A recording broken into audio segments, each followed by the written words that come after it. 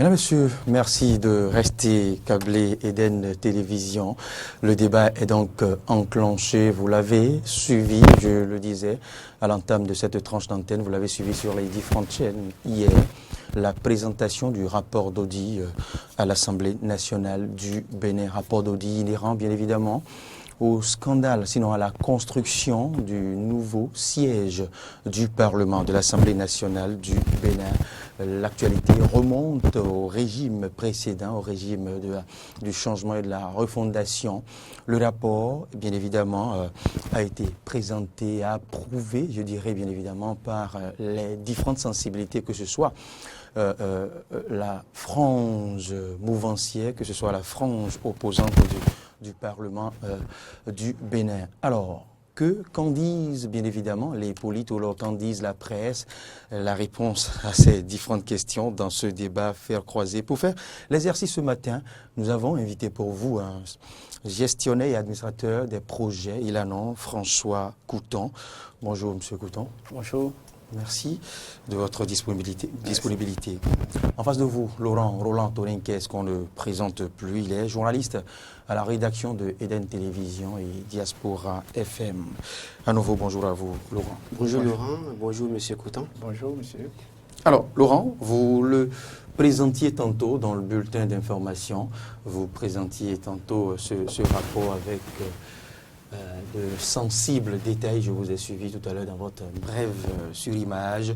Oui, c'est la vérité est enfin portée à la face du monde. L'opinion publique a été informée des coulisses de la construction de ce nouveau siège de l'Assemblée nationale. Laurent, que peut-on retenir d'abord du contexte?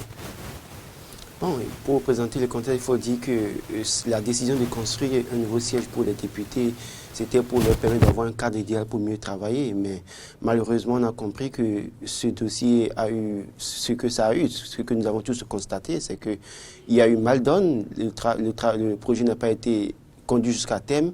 Il y a eu je dirais en griffe, des abandons de chantier, parce que pour un travail d'environ 19 milliards de francs CFA, on en vient à ce que l'entreprise en charge des grosses œuvres prenne plus de 20 milliards et finalement, on ne voit pas le chantier achevé. Donc c'est vraiment dommage pour notre pays. Ah oui. Voilà qui est dit. Monsieur François Couton, vous avez eu l'info comme tout autre Béninois, et sûrement comme d'autres, vous en aviez hâte, puisqu'on se disait jusqu'à quand la vérité sur ce dossier. Monsieur Couton. Bon, je crois que je vous remercie. Je salue aussi les téléspectateurs. La vérité sur ce dossier, je crois que nous y sommes maintenant. Et le fait ne date pas d'aujourd'hui. Le fait est bien connu du peuple béninois, mais c'est un fait particulier, un fait de corruption particulier, parce qu'il est rare qu'on retrouve de consensus autour d'un dossier du genre, que ce soit du côté de la mouvance, que ce soit du côté de l'opposition, qu'on cherche à savoir la vérité et toute la vérité, parce que le fait, il est fondamentalement mauvais et dangereux pour notre économie. N'est-ce pas? Oui. Alors, cette fois-ci, Roland Torinquès, vous l'avez dit, ce n'est pas une centaine de mille, ce n'est pas des modules de classe dans une contrée reculée du Bénin. Il s'agit du siège de la représentation nationale, il s'agit du siège, du nouveau siège de l'Assemblée nationale du Bénin. Donc c'est comme on le dit, un gros dossier qui impliquera forcément de grosses personnalités. Oui, justement, un gros dossier qui implique de grosses personnalités, il faut le dire, parce qu'en réalité, par le passé, on a déjà eu à entendre beaucoup de choses sur ce dossier au cours du régime précédent, où des noms avaient été cités, mais on n'a pas osé toucher ces noms parce qu'en réalité, il faut comprendre que nous sommes souvent dans des contextes de majorité, minorité parlementaire qui soutiennent ou qui ne soutiennent pas le gouvernement. Et donc, parfois, ces dossiers échouent. Mais aujourd'hui, je pense qu'avec le nouveau gouvernement, il faudra aller jusqu'au bout parce que si on en vient à s'entendre sur le fait que déjà, pour un truc de 18 milliards, on est allé jusqu'à payer plus de 20 milliards à l'entreprise en charge des grosses œuvres, comment est-ce que ça a été fait? et quelles ont été les sociétés qui ont gagné des marchés sur ce chantier et qui ne l'ont pas exécuté. Et donc, quand on va dans les détails, on comprend que de l'autre côté, que ce soit de l'opposition que de la mouvance, chacun d'eux avait certainement quelque chose à dire, à apporter comme élément dans ce dossier. Et donc, il faudra aller jusqu'au bout pour situer les responsabilités une fois pour de bon. Il ne faudra pas qu'on tienne compte de ce que tel ou tel soutient ou pas pour faire échouer à nouveau ce dossier. Il faut aller jusqu'au bout. Il faut que les noms soient cités, que les têtes tombent. Oui. Vous le dites si bien, des noms soient cités, que les têtes tombent, mais cela sera-t-il aussi fait aussi facilement face à la délicatesse et à la rigidité de notre loi fondamentale, M. Couton? Oui. On sait qu'au sommet de l'État, les personnalités ne sont pas poursuivies comme vous et moi. Oui. Tout est question de volonté politique. Si des personnalités du genre, des ministres, des députés sont impliqués, et il y a une procédure tout à fait particulière. Mais il faut aussi que nous ne mettions pas en place des organes pour que ce soit des figurants. Nous avons une haute cour de justice établie depuis des dizaines d'années. Ils sont là, eux, ils ne fonctionnent jamais, ils ne connaissent jamais de dossier. Je crois que maintenant, il faut mettre à l'épreuve cet organe pour savoir. Mais il y a quelque chose aussi qu'il faut savoir. Ce n'est pas parce que vous êtes cité dans une affaire, que vous êtes invité à témoigner, que vous êtes invité à vous présenter devant la justice, que vous êtes forcément coupable. Nous sommes en face d'un dossier, un rapport d'audit, si je comprends bien ce qui a été exposé. Oui.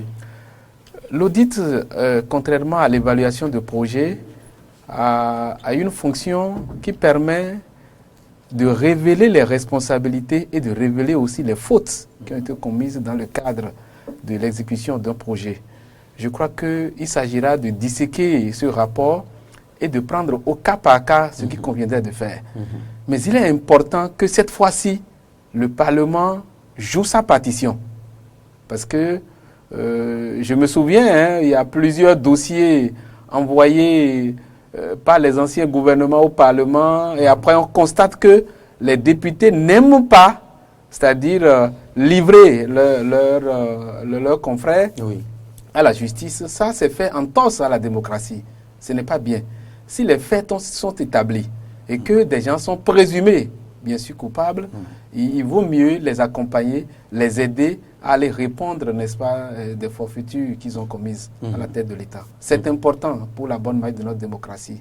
C'est aussi un indicateur important pour la jeunesse politique que nous sommes. C'est cela. Et c'est ce que disait l'honorable Rachid Gouaramassi hier. Justement, parlant de ce dossier, je voudrais reconnaître que c'est déjà un grand test pour le gouvernement actuel, parce qu'en réalité, vous avez à l'Assemblée, il y a la minorité, la majorité, il y a le bloc de la majorité parlementaire, qui soutient les actions du chef de l'État. Et nous l'avons vu dans le dossier Atao, pour exemple, et dans le dossier Jonathan et autres, les députés de la majorité parlementaires disent haut et fort qu'ils sont prêts à lever l'immunité de ces députés. Et donc, je voudrais reconnaître que c'est déjà pas une bonne décision de leur part, mais de reconnaître, de comprendre qu'en son temps, ils devront livrer les leurs qui sont impliqués dans ce dossier. Parce que c'est là, c'est à ce niveau que le peuple les attend. Il faudra pas faire une lutte sélective. On n'assiste pas aussi à une solidarité aveugle. Oui, justement. Il faut livrer, je suis d'accord qu'on livre aujourd'hui à Tao, qu'on livre Djeonté, mais les députés de la majorité parlementaire qui sont impliqués dans ce dossier du siège de l'Assemblée nationale, il faut les livrer aussi pour qu'eux aussi aillent répondre devant la Cour. On n'en sait rien. Oui, justement. Non, mais par le passé, on a eu des noms. Comme l'a dit François Couton, nous ne sommes qu'à l'étape de la présentation du rapport d'audit. Justement. Que jusque-là, il n'y a pas encore de... Donc, quand on va les citer, il faut qu'il il n'y a pas encore, voilà. Ils sont tenus d'aller donner leur version des faits, et quitte à ce que, si la justice juge qu'ils sont coupables, qu'on les emprisonne, autrement, on les libère, ils rejoignent le poste à l'Assemblée nationale. Qu'on ne commence pas par crier une chasse à tel camp, tel autre camp, sélection, camp, parce que d'ici... à en croire, je dirais, les grandes lignes de ce rapport, d'ici quelques mois, il se peut que la BEF entre en ligne et invite certains cadres pour demander à les écouter. Voilà, qu'on ne commence pas par crier Et j'allais même plus loin politique. pour dire que, vous savez, quand vous regardez une des quotidiens ce matin, vous allez comprendre que, à l'unanimité, la grande partie mettait en cause l'ancien président Boni Yayi. Je veux reconnaître que c'est sa responsabilité, je veux reconnaître que c'est sous lui que ça s'est passé, mais il ne faudrait pas seulement lui jeter à lui seul la pierre. Il est président de la République, mais il n'est pas technicien. C'est ça. Il n'est pas chef d'entreprise. Jusqu'aujourd'hui, aucun rapport d'audit n'a dit que M. Boni Yayi, ancien président de la République, avait une entreprise qui a pris les marchés là. Et par contre, par le passé, on a entendu des noms de députés qui avaient des entreprises qui ont gagné des marchés là. Et donc, je voudrais que chacun de nous, à son niveau, soit sincère dans ce dossier et qu'on se dise la vérité. Boni Yayi répondra en tant que chef de l'État, mais il faut que députés ou ministres ou anciens ministres qui sont impliqués dans ce dossier, que chacun d'eux vienne répondre pour situer leur responsabilité et que le peuple sache maintenant enfin qui sont les ennemis de notre démocratie, qui sont les ennemis de notre développement. Voilà qui est bien, vous m'y conduisez déjà, Laurent Roland-Antonin Kess, M. François Couton. Voilà un dossier sensible, un dossier capital, un dossier d'État. Il a fallu sûrement des procédures il a fallu des procédures qui respectent les tests. Un avis d'appel d'offres qui a été lancé sûrement. On a dû sélectionner des cabinets de renom à qui ce dossier a été confié. Il y a eu des études de terrain et autres. Mais comment se retrouve-t-on encore dans cette situation? Oui, merci. Je crois que vous avez su bien faire, bien analyser. Nous ne pouvons pas distinguer la cause de l'effet. Pour que vous en arrivez à un effet manifestement mauvais, c'est que la cause souffre quelque chose de mauvais. Et quand on parle de projet, c'est tout un processus. Voilà. Il faut l'identification, c'est-à-dire celui qui apporte l'idée. Et après l'identification, il y a les études que nous appelons des études de faisabilité, techniques, financières, tout ça, avant qu'on en arrive au coût et à la stratégie même de mise en œuvre. Voilà. Si il y a eu des erreurs à ces étapes de base-là déjà, tout ça peut déjà jouer sur l'exécution. Maintenant, le problème le plus important se trouve certainement au niveau de l'exécution. Parce que c'est un marché qui a été passé à partir nécessairement des études de faisabilité technique et financière bien déterminées, parce que l'ouvrage n'est pas n'importe quel ouvrage. C'est l'un des ouvrages phares qu'on peut retrouver dans un pays, le siège d'une Assemblée nationale. Donc, c'est un ouvrage très important. Et donc, à partir de ce moment-là, comment les études techniques et architecturales ont-elles été menées? Comment la procédure de passation de marché a été mise en œuvre, aussi bien pour les entreprises qui exécutent les travaux que pour le bureau de contrôle et pour même le maître d'ouvrage délégué. Que s'est-il passé vraiment? Je crois aussi qu'il est trop tôt d'aller en besogne pour commencer à accuser tel député impliqué, tel ministre impliqué, ou bien même le président de la République. Je crois que c'est aller trop vite en besogne, ça. Un projet de ce genre a nécessairement un gestionnaire de projet, un coordonnateur, un responsable qui incarne, n'est-ce pas, les décisions qui se mettent en œuvre. Donc, il faut patienter et il faut donner le temps qu'il faut à chaque acteur impliqué dans le projet de s'expliquer. Mais en principe, l'audit, s'il est bien conduit et bien réalisé, devrait déjà permettre de situer les responsabilités, ce qui permettra au juge plus tard de prendre lui-même sa décision.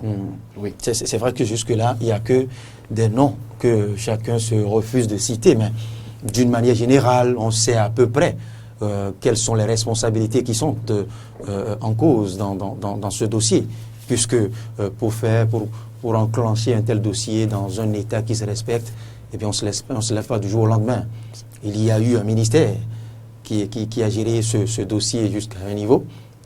Je dirais même plusieurs ministères, parce que les fonds ont été débloqués. Les fonds ont été débloqués par certains ministères. Les cadres techniques, l'appel d'offres a été étudié quelque part. Le choix du cabinet a été fait au niveau d'un ministère. Donc, c'est vous dire que les responsabilités sont plus ou moins situées. Mais il revient maintenant aux instances habilitées, comme vous venez de le dire, de définir et de se prononcer au moment opportun, n'est-ce pas? Laurent, Roland Toninkès. En fait, moi, je voudrais revenir sur les chiffres, parce que les chiffres m'ont tellement intéressé ce matin. Vous savez, on a dit... On hallucine même. Oui, le budget prévisionnel, c'est de 18 milliards 500 millions de francs CFA. Mais il se fait que plus de 22 milliards ont été payés à la société Sero SA, qui a engagé environ 20 milliards de francs CFA avec un taux d'exécution physique de 45,7% contre un taux d'exécution financière de 56,19%. Et quand on regarde ça, on tombe des nues parce qu'on se demande, pour un travail qui devait coûter 18 milliards, vous avez pris plus de 20 milliards et il se fait que vous n'êtes pas même à 60% d'exécution, que ce soit financière ou physique. Et donc, cela suppose qu'il y a eu de largesse dans ce dossier.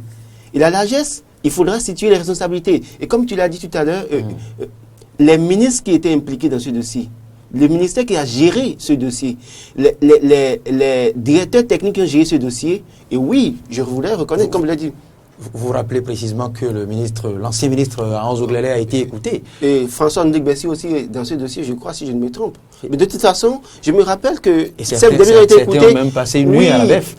Et justement, et c'est pourquoi je dis que la période dans laquelle ce dossier revient m'intéresse, parce que par le passé, on a vu la Haute Cour de justice qui devrait d'abord décider de présenter tel ou tel ministre, ancien ministre ou bien tel député ou pas. Mais aujourd'hui, comme nous sommes dans un contexte où le gouvernement veut qu'on lève l'immunité de certains députés, c'est une bonne période pour que ce soit de la mouvance ou de l'opposition, qu'on maintenant dégage ceux qui sont contre notre développement. Parce que vous pensez là que la période est propice. Donc la période est pour moi super propice parce que ça nous permettra, parce qu'en réalité, si on n'attaquait pas ce dossier en ce moment, c'est qu'on aurait fini de gérer les cas à Tao, Djanoté et autres là, et ce serait dans une autre période qu'on reviendrait sur ça. Mais comme c'est dans la même période, je crois que la période s'y prête bien. Il faut aller au bout, vraiment aller au bout, sans parti pris, et là pour qu'on voit clair dans cette situation. Pour en faire un autre chapitre de levée d'immunité. Monsieur François Coutre. Oui, je crois que en matière de projet, on peut en arriver effectivement à des dépassements, mais à des conditions strictement encadrées par la loi. En tout cas, le code de passation des marchés et des délégations de services publics, on ne dépasse pas n'importe comment. Parce que comment ça se passe dans la pratique? C'est que, après les avances de démarrage, qui sont nécessairement cautionnées, l'entrepreneur est payé maintenant par le système d'attachement. C'est-à-dire, il exécute une quantité de travail et les techniciens évaluent que la facture qu'il a introduite correspond effectivement à la quantité évaluée sur le terrain et c'est par rapport à ça qu'on paye. Et davantage maintenant, les gens font le type de marché public qu'on peut qualifier de marché à prix unitaire. Lorsque le marché est à prix unitaire, le prestataire est payé par rapport à l'unité de travail payée. C'est important. Il se peut aussi qu'au moment de l'exécution du projet, que les facteurs économiques du marché puissent changer. Par exemple, la tonne de ciment était par exemple à 66 000 et au moment où on exécute le projet, la tonne de ciment est passée à 80 000 comme actuellement. Alors là, l'économie du marché, entre-temps, est déséquilibrée et il faut réévaluer. Peut-être que ces cas peuvent vous justifier le fait qu'on est passé de 18 milliards à 19 milliards. Donc, il s'agira d'attendre que où se trouve la faute et qui a commis la faute dans la chaîne. C'est important, c'est ça la fonction d'audit. Et donc, il faut laisser le temps au temps pour passer à la phase supérieure de ce dossier et qu'on y voit clair. Ce que nous attendons aussi en tant que citoyens et hommes politiques dans le pays en ce moment, c'est que quand les dossiers de lutte contre la corruption démarrent, il faut qu'on constate aussi leur aboutissement pour l'équilibre de notre démocratie. C'est important. Donc il faut que ce dossier aboutisse, surtout que ce soit l'opposition ou la mouvance parlementaire et le gouvernement, tout le monde est d'accord pour dire que c'est un mauvais dossier. Nous allons voir clair dedans. Nous aussi, nous voulons effectivement voir clair dedans. Et la sensibilité de ce dossier réside dans le fait que ce dossier implique et mouvanciers et opposants. Parce que à bien lire ce dossier, des acteurs clés de ce dossier hier se retrouvent, c'est vrai, très proches du pouvoir aujourd'hui, ou bien plus ou moins proches du pouvoir. C'est aussi cela, la sensibilité et la délicatesse de la suite que connaîtra. Moi, je ne parlerai même plus de sensibilité ni de délicatesse, mais je parlerai d'un autre aspect de la situation qui m'intéresse aussi, c'est qu'aujourd'hui, il faut mobiliser encore 22 milliards 500 millions de francs CFA pour achever les travaux. C'est première chose. Deuxième chose, il y a un procès en cours à la Cour d'appel de Cotonou où l'entreprise EMCR qui a été suspendue à un moment donné demande 32 milliards de francs CFA pour dommages. Cela suppose que quoi? Si on ne va pas au bout de ce dossier, c'est qu'on serait dans une situation où il faut alors compléter les 22 milliards 500 pour continuer à achever les chantiers, mais en même temps payer 32 milliards à un individu. Ce qui fait déjà, je dirais, un gap de 54 milliards 500 millions de francs CFA qu'il faut débourser de la caisse de l'État, alors que le gouvernement dit chaque fois que nous n'avons pas assez de ressources, il faut mobiliser les ressources. Et donc c'est cela qui fait que j'estime qu'il faut aller au bout pour situer les responsabilités. Encore que, même là où se trouve le siège aujourd'hui, on entend dire que ce n'est plus évident de continuer les travaux là parce que d'abord les études de faisabilité au départ n'ont pas été bien faites et que si on devait continuer, c'est que ça ne met pas les honorables en sécurité. Cela suppose que déjà qu'on a 22 milliards de francs CFA en l'air. C'est autant de choses qui m'intéressent et qui font que je dis il faut aller au bout du dossier. Il faut aller régulièrement au bout du dossier pour situer les responsabilités une fois pour de bon afin que ça ne se reproduise plus jamais. Oui. Je voudrais profiter et préciser que les procédures de passation de marché sont des procédures complexes. Et les entreprises aussi ont des droits importants.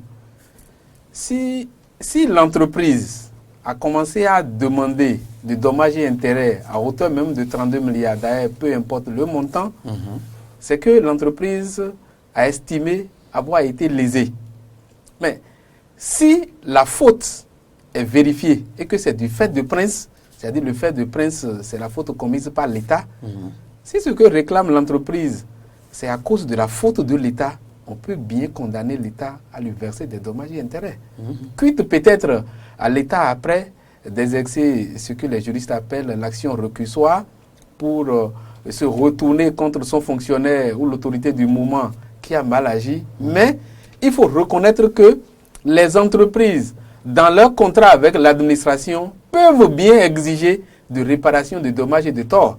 Les gens ne le font pas. Ça n'est pas exclu. Non, ça n'est pas du tout exclu. Les gens ne le font pas juste par peur de représailles. Nous sommes au Bénin, tout le monde se connaît. Et si vraiment je demande de dommages et intérêts maintenant, et les chances d'aboutissement aussi voilà, sont très minimes. On peut ne pas me donner de marché, mais je crois que chacun n'a qu'à rester dans ses droits. Oui, chacun n'a qu'à faire en son temps ce qu'il doit faire pour ne pas se retrouver impliqué. C'est un risque aussi que de le faire, au risque de se voir frappé d'ostracisme et de ne plus rien gagner jusqu'au soir du mandat. Oui, maintenant que nous voulons un pays nouveau, un Bénin moderne et bien géré, maintenant que nous sommes en train de lutter contre la corruption, il faut que ça se fasse quand même.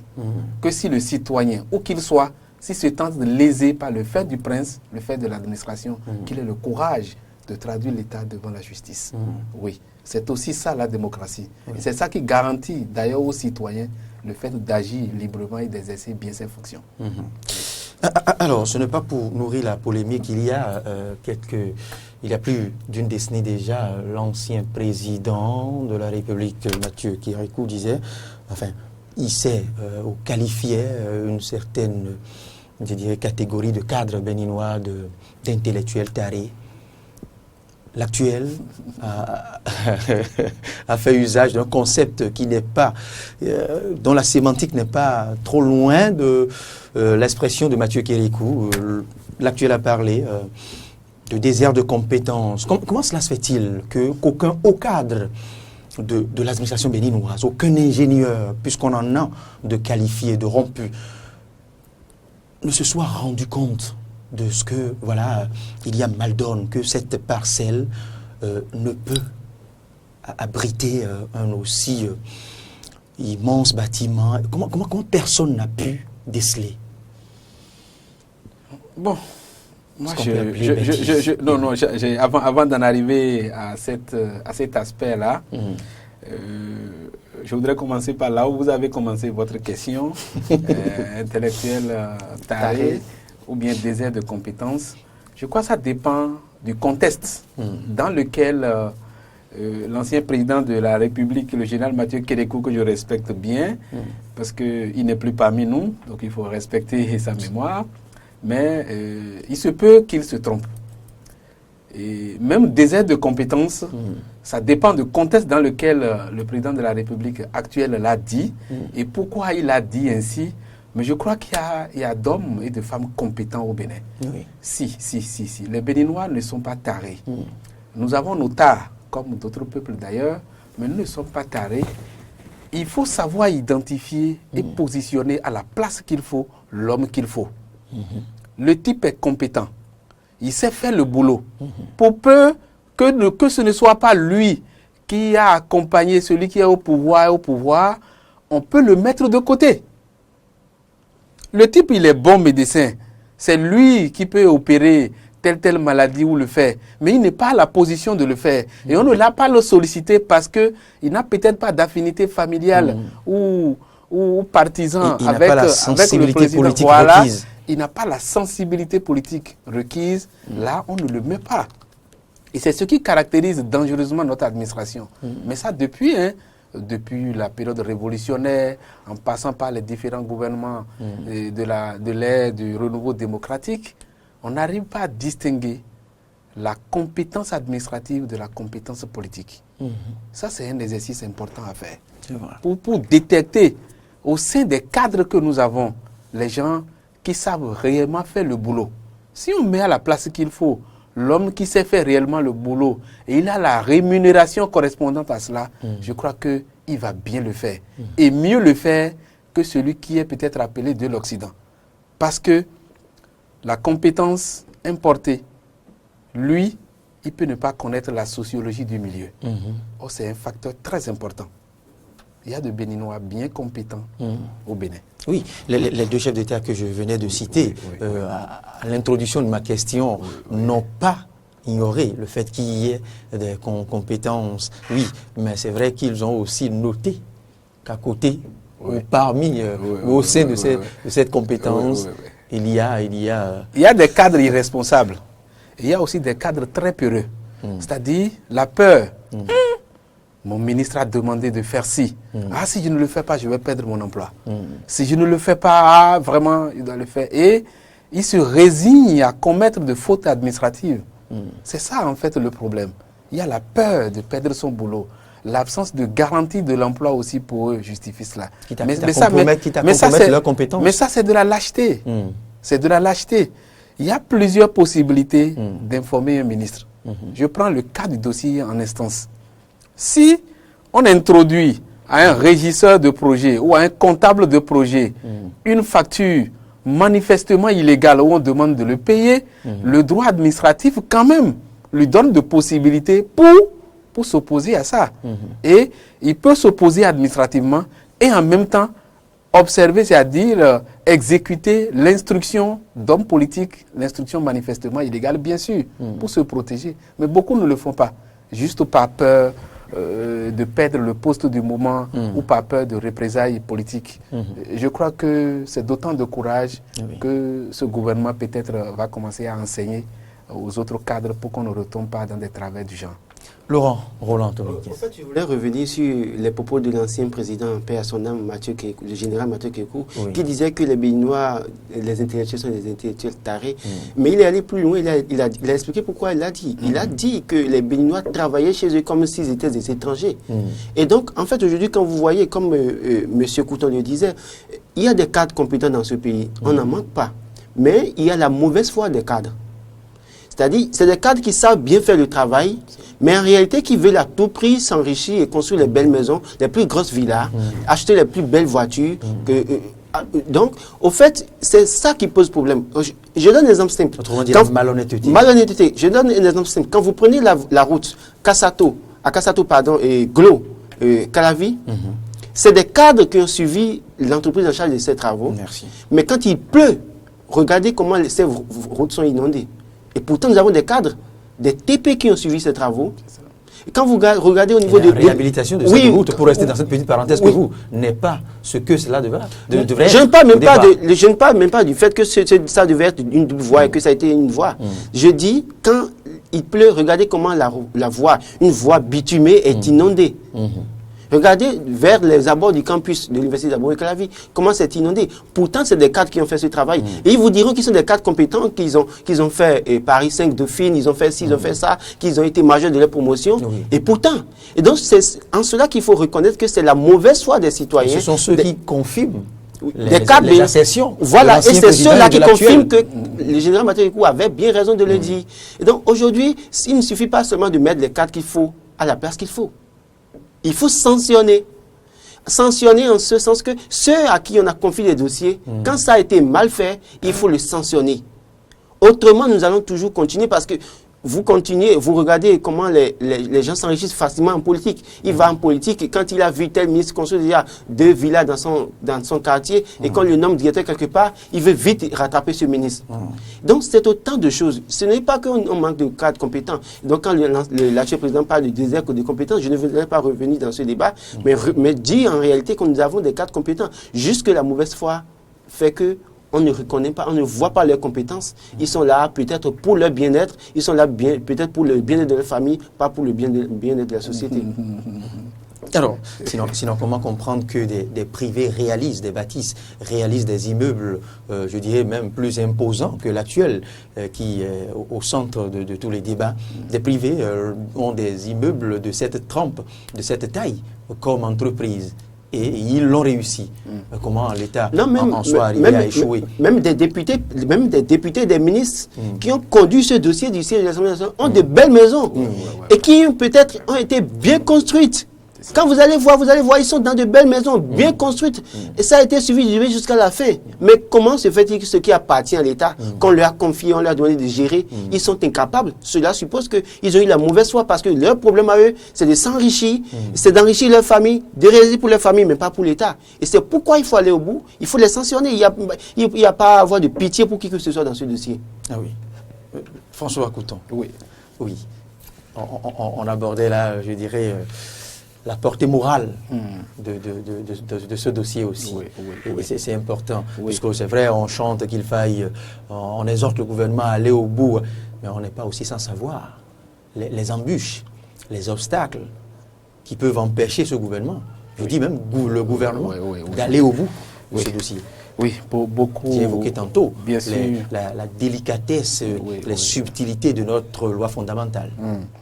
Beaucoup d'obstacles qui normalement ne devraient pas être obstacles. Lorsque je me souviens de ce qu'a dit le président de la République lui-même à l'occasion de sa prise de fonction à Porto Novo, il dit que mon gouvernement sera un gouvernement de réforme, un gouvernement de transition. Normalement, lorsqu'on est en phase d'un gouvernement de transition, on ne devrait pas parler de l'opposition. Non. On ne devrait pas parler de l'opposition. Lorsqu'on est en phase d'un gouvernement de réforme, on ne devrait pas tellement parler de l'opposition. Parce que il faut de consensus autour d'un certain nombre de choses. À partir du moment où il y a du consensus autour de tout dossier, je crois que chacun n'a qu'à jouer sa partition pour que nous y voyions vraiment clair. C'est de cela qu'il s'agit. C'est de ça qu'il s'agit. Les mains liées, parce que le gouvernement est soutenu quand même par une majorité. Oui. Est-ce que ceux qui se réclament de la minorité parlementaire actuelle peuvent laisser un peu leur manteau de minorité pour s'ajouter au reste afin de pouvoir lever l'immunité parlementaire de ceux qui le savent? Je crois que la balle est dans le camp des députés. Oui. Si ce dossier aboutit, c'est la responsabilité de nos députés. S'il n'aboutit pas, ça veut dire que nos députés l'auront aussi choisi. Et le peuple doit en tirer les conséquences. Puisque votre confrère tout à l'heure parlait, n'est-ce pas, de la période où cela se passe, je crois la période préélectorale, disons-le, très clairement. C'est de cela qu'il s'agit. Période propice ou non. Parlant d'embûches, moi je voudrais d'abord reconnaître que, comme l'a dit M. Couton, c'est que actuellement on ne devait plus avoir de majorité ni de minorité à l'Assemblée nationale. Seulement que il y a un problème qui se pose, c'est que au cas où même les députés de la majorité n'auraient pas voulu lever l'immunité parlementaire de l'honorable Tao ou de l'honorable Djenantin, cela suppose qu'il y aura un retour d'ascenseur. Ce qui veut dire que dans le dossier Assemblée nationale, aussi constitution du siège de l'Assemblée nationale, peut-être ces députés aussi ne voudront pas voter pour lever l'immunité de leurs collègues. C'est pourquoi j'insiste qu'actuellement, il faut aller au bout de lever l'immunité des députés mis en cause de la minorité pour qu'en son temps, que le retour d'ascenseur soit fait et qu'eux aussi ils enlèvent l'immunité de leurs collègues et de la majorité parlementaire et qu'on voit clair. Il ne faudrait pas qu'il y ait de complaisance dans ce dossier. Absolument. Parce que s'il y a de complaisance, on n'ira pas jusqu'au bout et alors on serait dans un éternel recommencement. Encore qu'il faille expliquer aux citoyens, à tous, que le processus qui consiste à lever l'immunité d'un parlementaire ne l'inculque pas d'office. Ne le condamne pas, mais le libère, voilà. En quelque sorte, le ramène au rang du citoyen. Voilà. C'est juste la création de conditions matérielles nécessaires pour que l'intéressé puisse se présenter devant un juge et aller dire sa vérité des faits. Et ce n'est pas parce qu'on a dit, par exemple, que Djenantin est cité dans une affaire que l'honorable Djenantin est coupable. Pas justement, c'est important. C'est lui qui s'explique. C'est lui donner l'occasion d'aller s'expliquer, de donner sa version des faits. S'il est coupable, il sera inculpé. S'il n'est pas coupable, il est libéré. Absolument. Tout simplement. Et c'est pourquoi j'insiste là-dessus. Allons jusqu'au bout. Pas de complaisance. Et on verra clair dans tous les dossiers. Parce que ce qui se passe et qui est dangereux, c'est que si c'est seulement certains citoyens, quand ils commettent des fautes, et ils vont devant le juge, alors que d'autres, quand ils en commettent, ils n'y vont pas, il y a de la frustration. Et ça va finir par dégénérer. Et vous l'avez bien dit, vous parlez de ces citoyens, qui inondent les prisons. Bien sûr, oui, justement. Bien sûr. Et même dans ces dossiers, vous allez voir, peut-être pour le siège de l'Assemblée nationale, vous allez voir que le Parlement ou le gouvernement peut faire ça à ce que les députés ou des ministres soient envoyés devant la haute cour de justice ou bien autre. Mais bizarrement, les directeurs techniques, eux, ils seront en prison tout bêtement. C'est injuste. Et c'est injuste. Oui, très injuste. Parce qu'ils sont tous citoyens du même pays, ils ont été coupables, accusés dans le même dossier. Il faut qu'eux tous soient libérés pour répondre de leurs actes. Et comme vous l'avez dit, c'est une première grosse épreuve pour ce gouvernement, pour le gouvernement de la rupture. Nous resterons, comme on le dit, tout oui. Et on continuera de suivre ce dossier. On pourra revenir, on pourra vous solliciter les semaines à venir, François Couton, pour d'autres analyses, toujours sur cette même question, parce que, vous l'avez dit, ce n'est qu'un tout petit pan. Je rappelle, François Couton, François, que vous êtes administrateur et gestionnaire de projet. Vous êtes spécialiste en gestion axée sur les résultats des programmes publics. Et vous êtes aussi président de parti politique. Ça, nous ne l'avons pas dit. Absolument. Merci pour la disponibilité. Merci pour la disponibilité. Merci Laurent Roland Toninquez. Merci Maurice et merci à M. Couton. Je rappelle que les minutes qui suivront vous verront à la porte du tribunal de première instance au Cotonou. Pour l'affaire Taoué, l'affaire pour nous faire vivre comme si on y était. Justement. L'essentiel de ce qui s'y dira. C'est notre job. C'était le débat à faire croiser.